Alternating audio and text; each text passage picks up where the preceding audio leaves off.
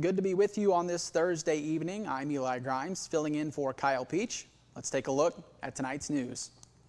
WFIW reports 35-year-old Joshua Porter appeared in Wayne County Circuit Court on Tuesday. Porter admitted to violating a previous sentence of probation of a previous charge of retail theft. Porter was then sentenced to probation for a term of 2 years and was ordered to pay court costs. Also from WFIW, 46-year-old Sisseton resident Michael Thomason was sentenced yesterday in Wayne County Circuit Court to 2 years in the Illinois Department of Corrections for violating terms of his probation on a previous charge of unlawful possession of meth dating back to June of 2022. Thomason was also ordered to pay court costs. Moving on to area arrest reports, Wednesday evening, WFIW reports Fairfield police arrested 2 individuals on separate incidents.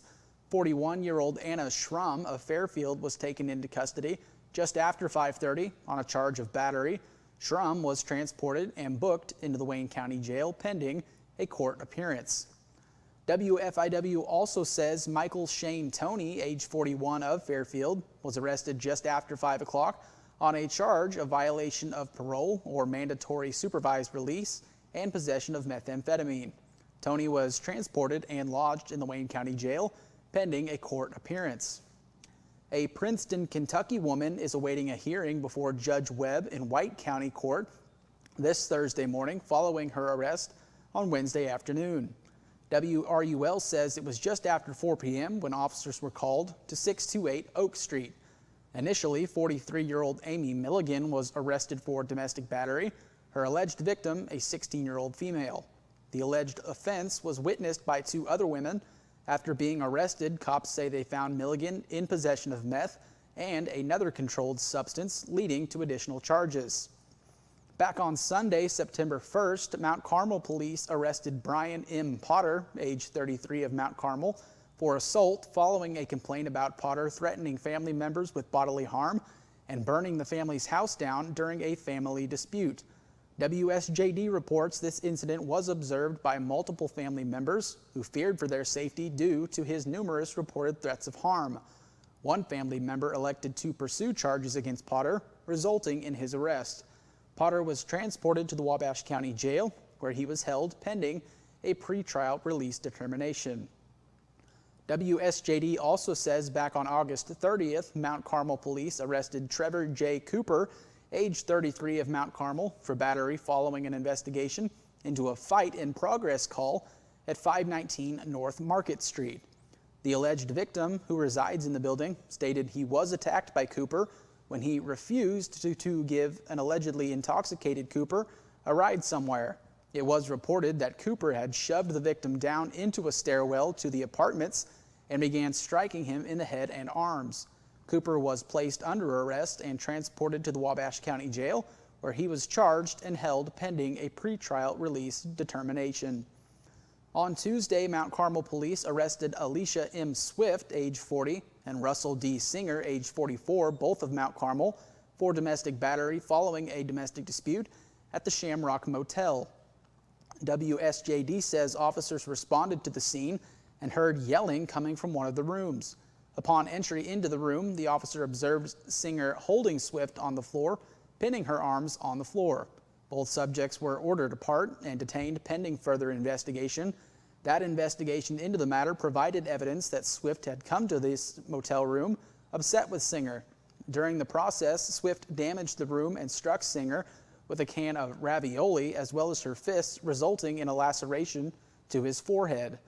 Evidence also indicated that Singer had attacked Swift by choking her several times, resulting in redness around her neck area. Both subjects were placed under arrest and transported to the Wabash County Jail, where they were processed and held pending a pretrial release determination. Moving on to area city council news, there will be leaf pickup this fall in Mount Carmel after the city council Tuesday voted to spend over $33,000 on a new truck. WSJD says City Clerk Ryan Turner states the city's current truck is no longer available for the leaf pickup duty, and without the purchase of a different one, there would be no leaf pickup this fall in the city of Mount Carmel. But the city council voted unanimously to spend some $33,200 on the vehicle located in Sparta, Kentucky. WSJD also reports that rezoning the former Presbyterian Church at 6th and Mulberry Streets will be the topic of a special Mount Carmel City Council meeting tomorrow morning. At Tuesday's City Council meeting, City Clerk Ryan Turner said the special meeting is being held at the request of the property owner. That special meeting is at 11:15 at City Hall. McPherson is flipping the church to Josh Farley, who is buying it for his new Kingsview Partners business. Moving on to local election news, Mark Curtis, the current coroner of Edwards County, is facing competition in the upcoming general election this November. WFIW says Curtis, who is seeking his 12th term, holds the distinction of being Illinois' longest-serving coroner. Challenging him is Amanda Thompson of Albion, an independent candidate who works as a registered nurse in the emergency department at Wabash General Hospital in Mount Carmel. A native of Ellery, Thompson also serves as the infection control nurse at the same hospital. Curtis began his tenure in 1980, succeeding Phil Gubbins, and made history as the youngest coroner in Illinois at just 20 years old. Now in his 44th year of service, he expresses gratitude for the trust the residents of Edwards County have placed in him. If reelected in November, he looks forward to continuing his work for several more years. In other local election news, WRUL says the race for mayor of Carmi in the April 1st of next year election remains a three-person race for now. Current Mayor Jeff Pollard is being challenged by Bill Stendeback and Baking Marine John Bullerjack. Incumbent Sheila Headley, representing Ward 1, has picked up a petition. Jack Bradshaw is the latest citizen to throw his hat in the ring, intending to challenge in that ward. In Ward 2, Doug Hayes, the incumbent, remains unchallenged. 3 individuals have picked up petitions for Ward number 3. Those include incumbent Steve Winkleman and challengers Cheyenne Long, as well as Tim Sneed. In Ward number 4, incumbent Tracy Nelson remains without opposition as of September 3rd. That does it for our news. Stick around. I've got your weather forecast coming up next, then lots to talk about in sports. Stay with us. Get your new Ford at Steve Faulkner Automotive. New 2024 Ford Edge with 0% for 60 months and Ford F-150s with 0% financing. Go to SteveFaulknerAutomotive.com. At Steve Faulkner Automotive, lease the 2024 Jeep Grand Cherokee L for $459 per month and 2024 Ram heavy-duty trucks up to $11,000 off. See them all at SteveFaulknerAutomotive.com. Hello, I'm Andrea Lull from Robinson, Illinois. For my first appointment, I knew I chose the right orthopedic center. The day of surgery went like planned. Registration went smooth, pre-surgery, and the nurse made me feel very comfortable. I'm currently 3 months out of surgery. I don't even feel like I had a total hip replacement, but I am having a much better quality of life with my new hip. WGH, we're going home. Welcome back. Time to talk your weather forecast as we look at our live radar here. Nothing really to speak of, and that remains much of the same story for this week and into next work week.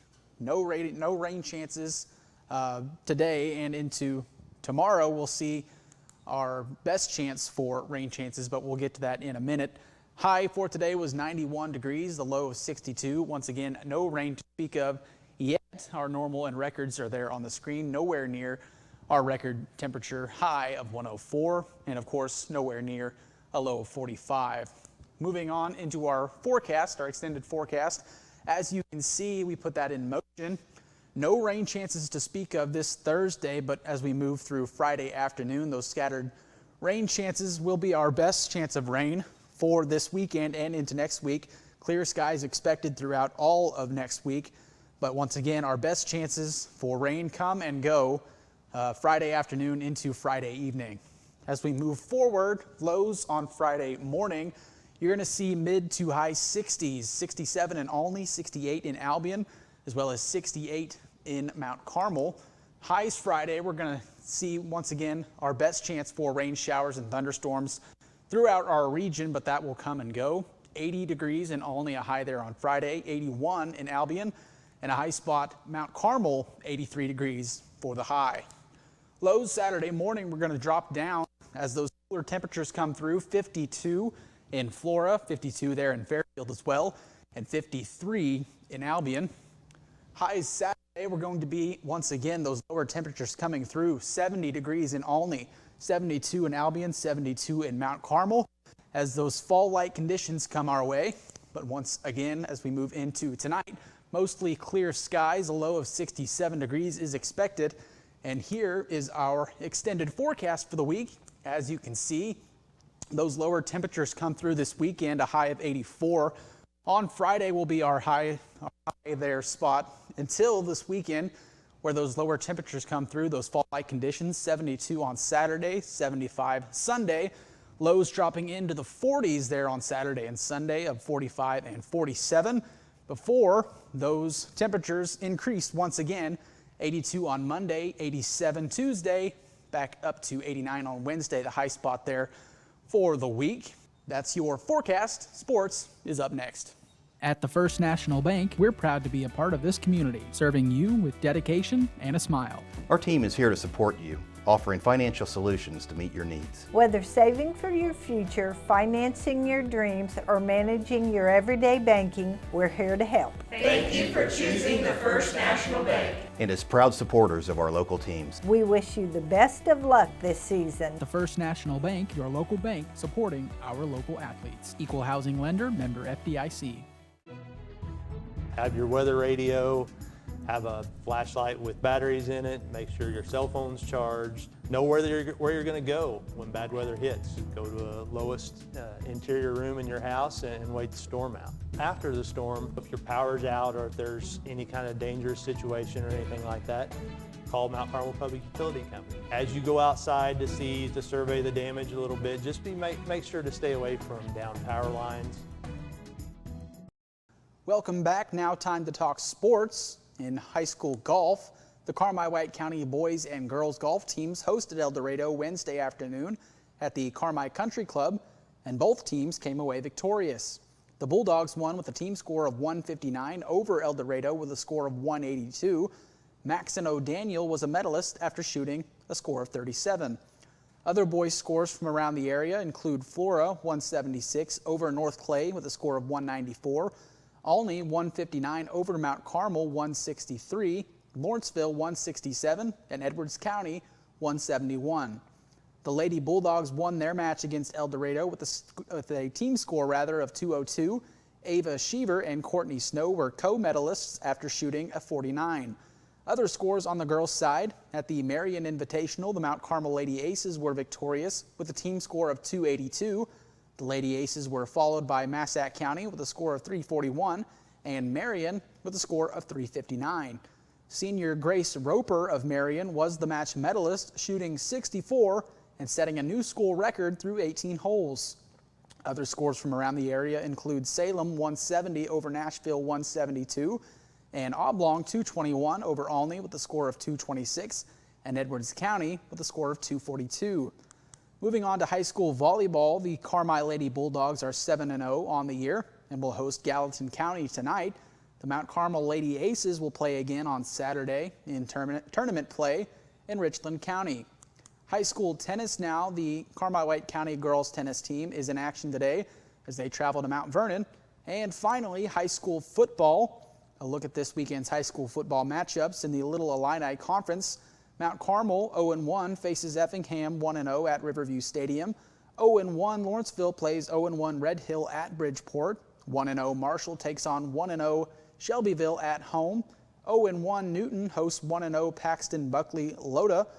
1-0 Olney plays 0-1 Mattoon in Richland County. 0-1 Paris travels to 1-0 Charleston. And 0-1 Robinson hosts 0-1 Taylorville. Through 1 week, Casey leads the conference due to points scored and allowed. In the Black Diamond Conference, 0-1 Edwards County travels to 1-0 Johnston City. 1-0 Carmi-White County is on the road at 0-1 Hamilton County.